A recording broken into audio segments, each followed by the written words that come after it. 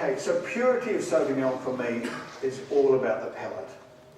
As a variety, it's relatively aromatic, but the best examples are the wines that really show depth and complexity right through the palate.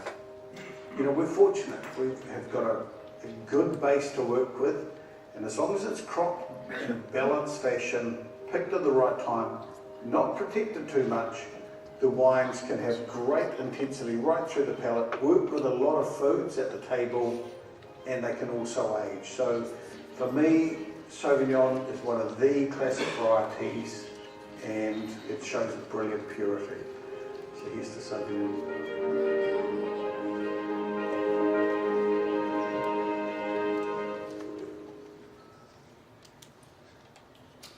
Kia ora tato. Welcome everyone. As Emma said, my name is Brandolino. I've been here for 5 years. I work for NIWA. I'm a forecaster, meteorologist, so a professional liar. Yes, thank you. There's the old joke why meteorologists were put on this earth is to make it, well, why economists were put on this earth to make meteorologists look good. So what I'm here to talk about is our climate. Our climate in 3 regions where grapes are grown here in New Zealand and how they're different. I'll leave in a little bit of climate change, but I'll leave most of that to the next speaker, Steve, and he'll articulate that a bit better in a bit more detail. So what I'll do by way of a map, I'll have a few different variables, and we'll kind of walk you through how the climate changes or is different at the current state of play here in New Zealand. We're going to start here in the Marlborough region. So for the out-of-town visitors, there's Aotearoa. To the west, you have the West Island, otherwise known as Australia. And you have the North Island and the South Island. So Marlborough, as you probably know, exists in the northeast corner of the South Island. And here we are zooming down, and what we're going to start with are what's called growing degree days. This is using 10 degrees base. So we start off, so the average number of growing degree days, and what we're going to do, we're going to start off in the spring season, work our way through summer, and end late in autumn. So we're using base 10. This is per month, and what I'm going to do is place this, or play it through. Now the cool climate of the Marlborough region, it really helps the Sauv wine. It helps with a dry, acidic wine rather than a sweet wine. And you can see as we head through November, in Blenheim, the growing degree days, over 100. And again, that's per month. But over to the west, you can see it does get quite warm. And over to the west and near the hills and near Nelson, now that's a bit of erroneous data up near the top near Nelson. Ignore that. Some of that is true though. That's largely due to the marine influences. But you can see the progression of the number of growing degree days as we head through the season. Now for those who may not be familiar with growing degree days, basically you take the maximum, say 23 Celsius, take the minimum, say 12, divide by 2, subtract 10, that will give you 7.5 growing degree days. So the growing degree days here, the flavor profile, it helps to retain that. Fresh cut grass, the peas, asparagus, tropical fruits, passion fruit, things like that. We go on to the next one showing the average number of hot days. Now the hot days are what we call 25 degrees Celsius. Now for guys, people from the US, they may think, well 25 degrees, that's not that warm, or maybe for more continental climates like Australia. But 25 degrees is used that has stress, that's when stress for animals starts to begin. So this is the threshold that is used. And the number of hot days obviously non-existent pretty much during the month of September. But you'll see in the valley, that's where the hot days start to increase. As we play this through, go quicker. You'll see over here in Blenheim, over across the valley floor, this is where the number of hot days per month, so mind the color bar, that's where that starts to increase. You can see we get to about 2 days per month, 25 Celsius or more. Again, current state of play. And you'll see that really start to increase during the later portions of the spring season and certainly into summer. And not so much farther to the south, closer to the coast. And that makes sense, the marine environment kind of cooling the climate. So that's how things are with hot days. Next one, we go to frost days. Now frosts are very critical, as you know, especially early season. Also during the later seasons, during say autumn, but it's that spring budding. You don't want to get a critical frost or a hard frost, especially when things have started to bud. How do things shape up? Well, September, as you probably know, this is where the frosts are really of top concern. And you can see why. I mean, away from the water, you're getting frost days of 1 or more per month. Now, this assumes 0 degrees Celsius. As we play this through, you see the frost days will clearly go down during the summertime, but it assumes 0 degrees Celsius. A little fraught peril there because obviously you can have frost at warmer temperatures when the air temperature, which is taken about 2 meters above the ground, and that's about 6 feet for the non-metric or the metric impaired, I should say. But you get to about, you can have frost at 3 or 4 degrees Celsius. You can also not have frost when the temperature is 0, but if there's cloud and wind, all right? So just keep that in mind. We're using frost as that proxy. Switching to monthly rainfall. This is a really interesting one. So you can clearly see where the mountains are, can you not? That's where the rainfall is highest, September. This is where the wet season is coming to an end. We do have a second peak, as you'll see, in March or April because of tropical cyclones that tend to come on down. But generally speaking, in Blenheim, this is a dry area, a drier area, and even drier down to the south. And you can see over toward Waterloo Valley, you can see over to Waterloo Valley, I should say. It sits in between some really high rainfall amounts and some lower ones. Now, we'll let this play on through. Nelson, you can see, again, that's going to be some erroneous status, so ignore that. But over toward, you can see the peak here. It's quite remarkable. Now, what's going to happen with climate change as we go through time, we're expecting to see more extreme rainfall events. And the analogy I used when I spoke at the New Zealand wine growers on Sunday was that I equate it to binge eating or binge watching. So what will happen is that while rainfall amounts per month or per annum, annually, they may change a bit, they will, it's the distribution that's really going to change. So for example, using that analogy, if you allow your children to use 10 hours a week to play Fortnite, right? Or 10 hours a week to be on their device, whatever that might be, they can do it at once, that's 10 hours. Or they can do it a bit more evenly distributed, say 2 hours a day. Same thing with your meals. You can have a big feed, huge breakfast in the morning, then not eat for the rest of the day. You're still intaking the same amount of calories per se, but it's not evenly distributed. And with climate change, we're going to find larger rounds of rain than longer periods of dryness. Big periods of rain, extended periods of dryness. The actual amount may not change that much, but how it comes will, and that's going to be a problem. We should note, too, that there is, during the seasons of March and April, or the months of March and April, I beg your pardon, we do see a peak in rainfall or increase in rainfall due to some tropical systems that tend to come on down from the north. This is soil moisture deficit, so basically this is incoming rainfall, and it's a balance of incoming rainfall and outgoing moisture from the ground. And you can see how that evolves and changes over the course of the growing season. You can see how that goes down drastically, down to 15 days. Now we're in deficit in November, 25 days a month, and generally speaking, by December and by January, the soils are generally in deficit for much of the month. So what does this mean? What are the implications? It's the I word, irrigation. So if the soils are in deficit, these are things that people will have to consider and do. And we'll go through so this was one region I wanted to spend a bit of time on because we are here in the Marlborough region.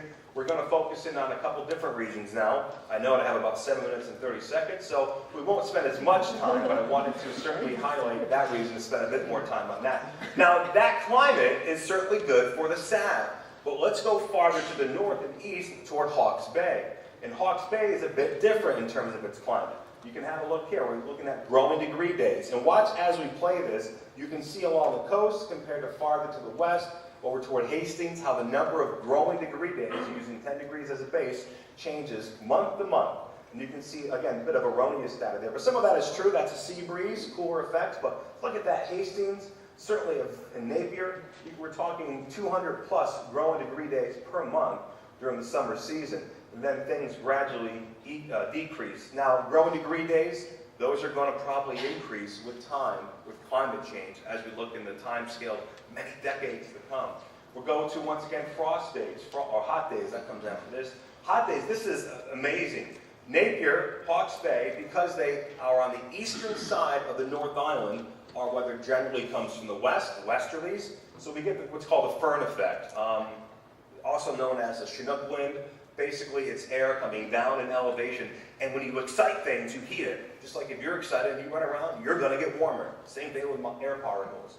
So you can see the number of hot days really spike more than 25 degrees more than 25 days of the month during the summer season in eastern Hawke's Bay. Certainly different to the west over the higher elevation.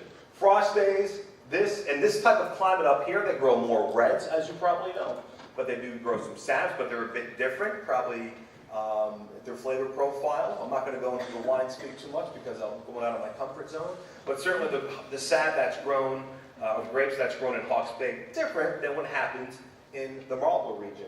Frost days, we start off during the early season, not so much along the coast, and this too is an area that has to be watched because if you there had a big frost, by the way. We'll talk about Otago in a minute, but there was a huge frost earlier this spring in Otago. The temperatures got down -3, -4 degrees. It was a significant frost. Unfortunately, it was bad timing. Going ahead to rainfall. Rainfall, again, highest over the ranges to the west. Mountains are efficient moisture squeezers. Mountains, like your hands squeezing a sponge, it just wrings that moisture out efficiently. By the time that air gets to the east coast with westerly winds, you're going to find much less in the way of rainfall. You can see that evolves over time. December, January. It's pretty dry in Hastings. I mean, 40 millimeters or less or thereabouts per month. It does pick up as you get farther to the north and west. You can see there's a spike right there. Do you see that in March and April? Things did jump, then they go back down in April. Why is that? Usually tropical cyclones. It's historically common, or more common, for tropical cyclones or moisture to drop down from the north. So that's critical because that's when the harvest is. So that's something that we're very mindful of during the late summer and very early autumn seasons. And soil moisture deficits, once again, you can see Napier, Hastings, just like in Blenheim, there are many days, I should say, where the soil moisture is in deficit. Now, soil moisture deficit, we assume 150 millimeters of moisture can be held into the ground. We use that assumption. You can see Hastings, Napier, very much in soil moisture deficit. Irrigation is certainly more of an issue here, something that more front and center, not only for people in the wine industry, but all farmers in this part of New Zealand. All right, we'll let that finish up in May, and you can see how things would go into the wet season during the winter time. We're going to wrap things up with about 3.5 minutes here with our friends in Central Otago. Now, Central Otago, Pinot is down in that region. This is a region that's probably the most continental in New Zealand because of its location.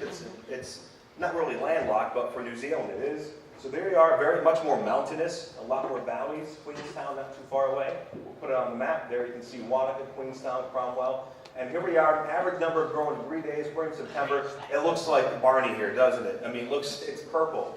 Not many growing degree days, even down in the valleys. It's a cold, cold spring here because of that landlocked nature. But things change pretty quickly as we work our way through the spring season. You see things pop. Can you see the valleys quite nicely? That's where the temperatures are warmest during the day, but can be cold at night, so that's the frost issue. Notice by the time we get to December and January, our growing degree days do go pretty high. I mean, the highest temperature in New Zealand last year was January 30th, and that was in Alexandra, not too far from this location. It was in Otago, 38.7 degrees. For the Celsius impaired, that's roughly about 101 Fahrenheit. All right, pretty impressive for an island. Pretty impressive. And they can get temperatures quite low. Certainly down to, in Fahrenheit, 10, 15 degrees. In Celsius, we're talking -10, -12, -9. These are not too uncommon during the winter time. So there are some wide ranges throughout the year. So we go to the number of hot days, and there is going to be an increase in hot days here as we work our way through climate change over the coming decades. This will be something that will have to be monitored and mitigated. So as we scroll through this, you can see not much in the hot days, but by November, we start to see, okay, 2, 3, 4 days in the valleys, and by December, we're getting, again, that continental climate, very cold. Well, look at that. I mean, half the month, we're talking days 25 degrees or warmer. That's at 77 Fahrenheit. That's pretty significant. And obviously, the higher elevation's not quite so warm. All right then, we're wrapping things up pretty quickly, about 1.5 minutes. And you can see average number of frost days. This is something that is very, very front and center down across Central Otago. Typically, we're getting in Bendigo, we're getting in Cromwell, we're getting in Wanaka. You can see 1 to 3 or 4 per month during September. So what happens if we get an unusually warm spell? Something that climate change is lending itself to. You get a warm spell a bit early, things start to come out, then bam, you get a frost as you usually get, and that kills things off. So this is something that's very critical, and you can still get frost even into October, and it's not unusual. And when you look at that, October, you're still getting them. This is climatology. This is weather history. This happened. This is not really projecting into the windscreen. This is rearview mirror. So you can see December, you can still get some frosts. So these are very critical things, but they help to shape the type of grape that is grown down here. And then you can see things do come in March and April in terms of the frost. So there's only 2-3 months a year, if that, where frost really are a major concern down across central Otago. If we go to average monthly rainfall, as mentioned, the driest, most continental area, and also likely the driest. Look at some of these rainfall totals as we go through. Distinctly 2 seasons with summer and winter, wet and dry seasons here. As we play through, you can see Cromwell, less than 20 millimeters per month in September. Farther to the west and north, Wanaka, certainly more than 60. Now, this is October, but you can see it's a pretty dry area, especially down in this region. You can see in December, less than 20 millimeters or thereabouts during each month. So it is dry down here, so obviously irrigation is something that has to be done when it does get dry. And you can go through some lengthy dry spells down in central Otago. We had that last year across the lower part of the South Island. And I think that is it. Do we have one more? We'll end with the average soil moisture deficit days. So these are the, now I should be noted as we play this that the type of soil down here is a bit rockier, so that's not really taken into account very well. So these could be skewed a bit, but nonetheless you get the idea how the number of days spent in deficit to soil is quite low during the warm season, down to about 20-25 days across much of the area. So that is New Zealand climate for 3 wine regions across the country, from Hawke's Bay to Marlborough, down to central Otago. I certainly want to thank my colleague Ben Knoll for putting this together, the New Zealand Wine Growers Research Center. So that's all I have. Thank you very much.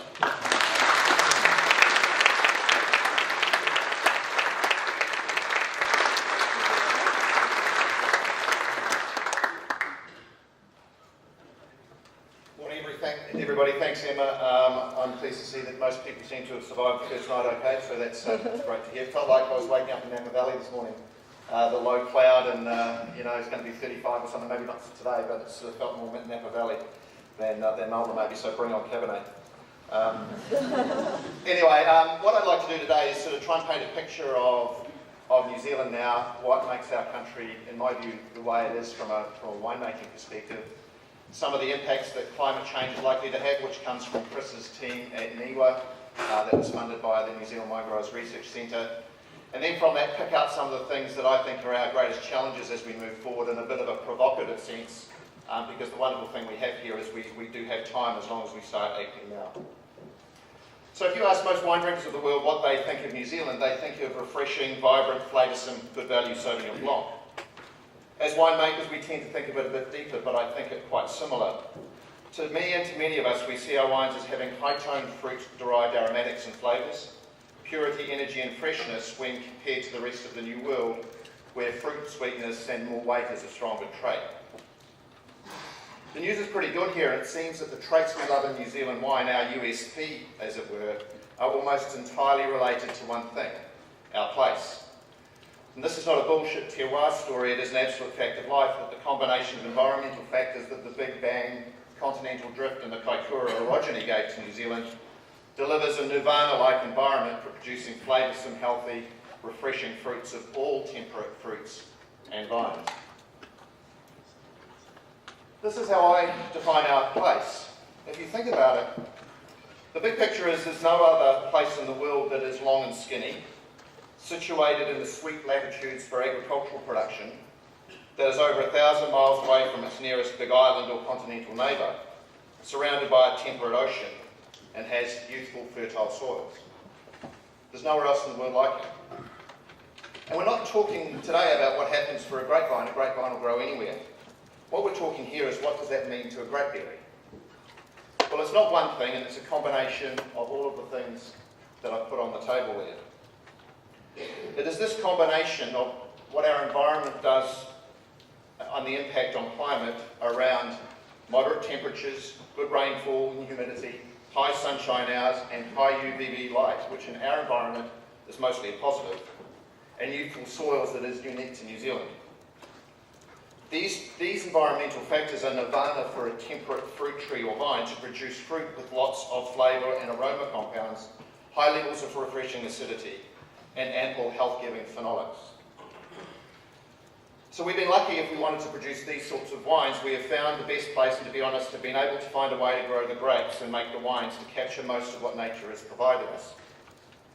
But what of the future in a climate change scenario? And what does that scenario look like, assuming, of course, that we all believe that this is going to happen? While some still don't and suffer seriously from a recently diagnosed disorder called CCDD, or Climate Change Denial Disorder. Let's take a look, and apologies to Republicans in the audience. Does your parent, grandparent, or political representative suffer from climate change denial disorder? CCDD is a rapidly spreading disease that World Health officials say, if left untreated, could destroy the entire planet. There's nothing more relaxing than being out here in the water. Climate change denial disorder is a rapidly spreading disease that attacks the neurons, making it impossible to comprehend basic words like world, melting, not good, science. They say the temperatures are higher than normal these days. I think that's a bunch of new age hooey garbage. It's snowing right now. Who cares if I'm in Southern California? I don't believe the ice caps are melting. I believe the polar bears are just getting fatter and weighing them down. Ever think of that, hippies? I'm going to wait till more horrible shit happens to our planet. And I'm a senator, so fortunately, I get to make those decisions for all of us. You're welcome. I'm not a scientist. Who listens to those nerds anyway? Drought. We're fine. 56% of Republicans in Congress have been severely infected with CCDD and need your help immediately. They include Jim Inhofe, Lisa Murkowski, Steve Daines, Ted Cruz, Marco Rubio, Joni Ernst, Bobby Davis, Mike Pompeo, Mitch McConnell, Rand Paul, Andy Harris, Ann Wagner, Jeff Sessions, Zach Garrett, Fox, Boehner, Bill Schuster, Paul Ryan, and many, many more. Doctors say the only known cure for CCDD is a Q-tip, so you or your Republican representative can clean the shit out of your ears so you'll be able to listen to scientists who know more about science than you do. Results may vary.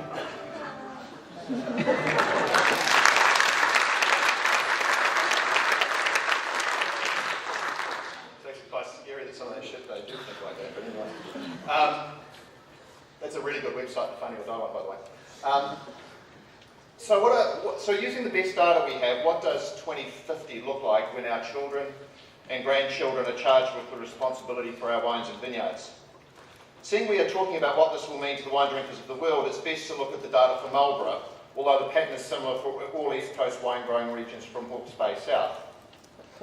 In this slide, so what I've done is collected the data together on the NIWA report, which has just been released, and picked out the things that will change. And that's going to take a little bit of time to go into all of the detail of that. I have a bunch of stuff in the paper if you want it. But the red ones are the big deals for me, which is the number of hot days. And remember, we're talking about a grape berry here. We're not talking about a grapevine. Grapevines can grow anywhere. We're talking about the impact this has on a grape berry, on the flavour and aroma compounds that we need. Hot days, growing degree days, number of heat waves, and the distribution of rainfall. Chris was talking about this idea and that we're going to have greater prominence of cyclones potentially in March and April. So those are the things to me that are very important. So it's going to be warmer all year with an increase in hot days and heat waves in summer before grazing. It's going to be drier in the spring and wetter in February and April. Our vines will use more water. There will be more energy in the system. We will have more dramatic heat and rainfall events when we don't need them. So what does this mean? Well, from a risk point of view, we're getting more water at a time when we don't need it, September through November, followed by less rainfall at a time when we do need it, even more, December and January, interspersed with some periods of heavier, warmer rain when we absolutely don't want it, potentially in February and April.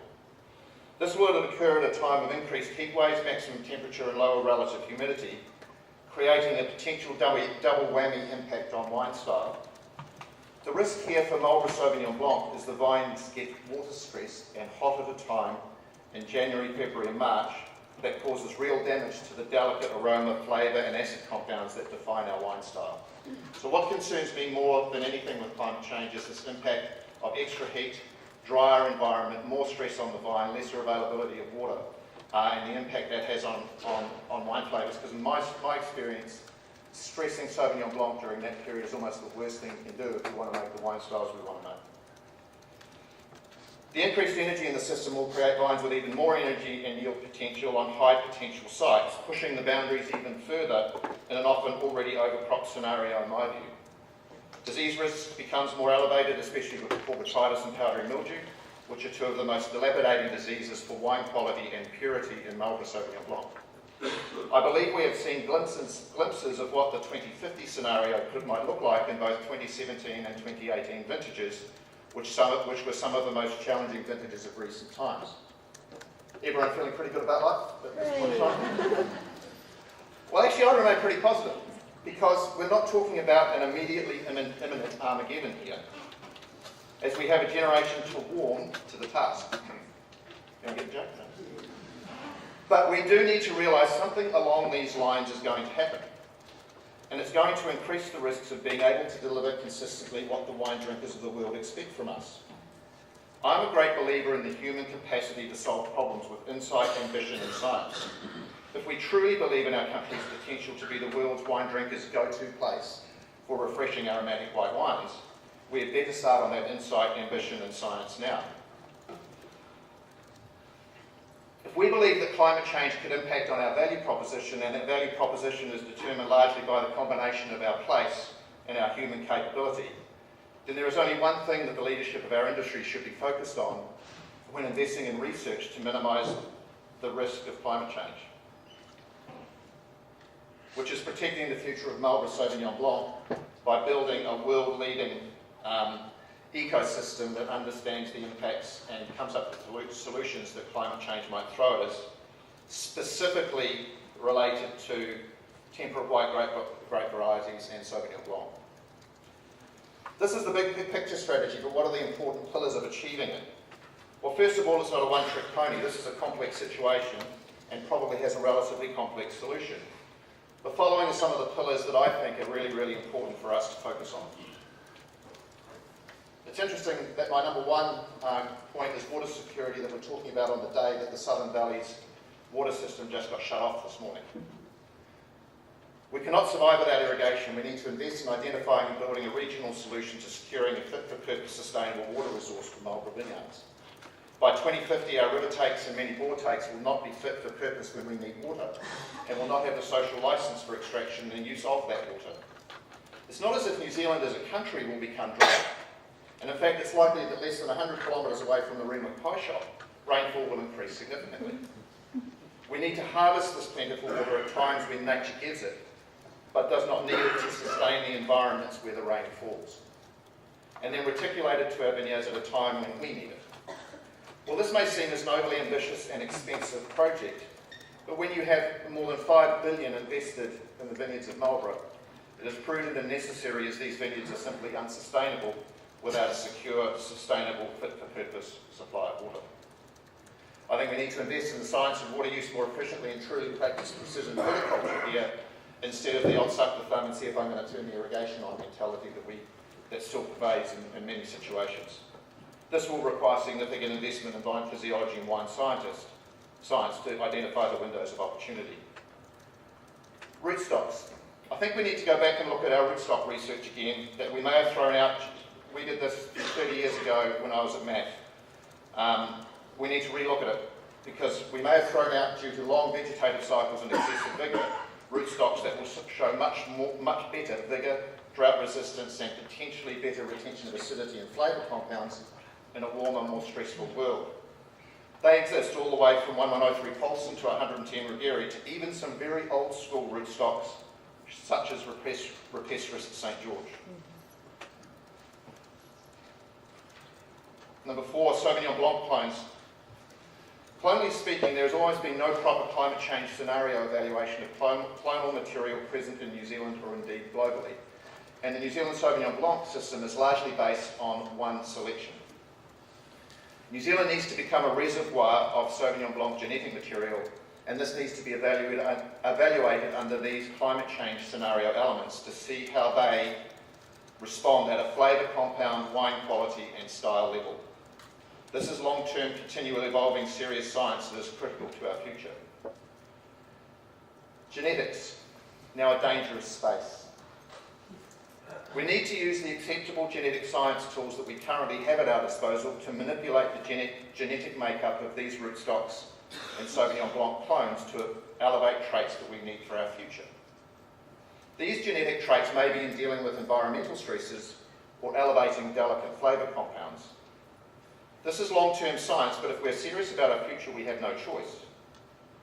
By acceptable, I mean technologies such as the field of epigenetics, where genes are turned off or on by either environmental or chemical stimuli, through to the stimulating transposons or the jumping genes, both of these techniques being able to impart traits that can be inherited in offspring. We have the science capability in New Zealand right now to do this, and neither are regarded as GM techniques. We haven't got real time to go into the GM status. We might talk about that in the question time, but there's some interesting comments there that I can make under question time if you want. Number 6, detritus. I can see this looming as our greatest single issue on an annual basis. Detritus in Sauvignon Blanc juice seriously compromises the opportunity to make a dry white wine with real purity, clarity, freshness and expression of place, our New Zealand USP. Increased rainfall in February after Brazen will provide the catalyst for blossoming of detritus infections later in March and April, especially when combined with the likely increased warmth, humidity and April rainfall. It is challenging because the ability to access new chemistry or increased use of synthetic control agents simply does not exist in today's natural world.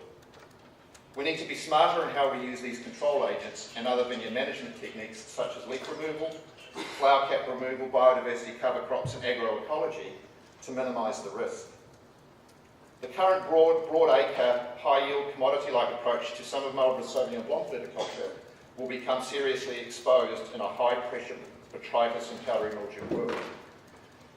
I think we've had it too easy and we need to change. I can hear the naysayers revelling in the aisles. He's talking about lower yields and increased costs putting us out of business. Well, if you look at things from a cost-only perspective and commodity bulk wine and low margins, that will be the case. However, if you look at the profit equation from a view of increasing value and having much better gross margins, then cost does not become the full determinant of profit. And from a long-term sustainable enterprise perspective, the more desirability you have in the consumer's mind, the more value you can extract from the consumer, the more potential margin you make, and the option you have to invest in production costs to ensure the product you make is good, is greater. Higher value leads on from point 6. Invest in securing increased value from the wine produced to allow us to move away from a portion of production that is in this bulk wine commodity space, where cost of production is critical and is exposed to climate change risk. Where is the Marlborough equivalent of Silex, Persan, Pavillon Blanc or Cheval Blanc's new 100% Sauvignon Blanc from Saint-Emilion that has just been released on allocation at €100 a bottle? This is just not about whacking grape juice in a barrel and fermenting it wild. It's been an 8-year project for Cheval Blanc, from viticulture through winemaking, through packaging and brand building. It is exceptional execution. This is not marketing or business rocket science. While these wines are made in small, although not tiny volumes, they have a considerable halo effect and build value for the category. Increasing gross margins through capturing more value helps significantly in providing investment into mitigating significant climate change. That's pretty good for me, I'm just about finished. There's a couple of other things around precision viticulture and some work around agronomy, and obviously there's a lot of background science that needs to happen here. But what we need is science and investment with a laser-sharp focus in the pursuit of knowledge in this space. It's going to be a fundamental pillar of being able to design a vineyard and wine production system that can deal with the climate change challenges and continue to deliver a compelling proposition for the wine drinkers of this world. So I think the picture is actually rosy for New Zealand wine in a climate change scenario. I think we should embrace and invest in the challenge. Our children and grandchildren deserve that commitment from us. Thanks.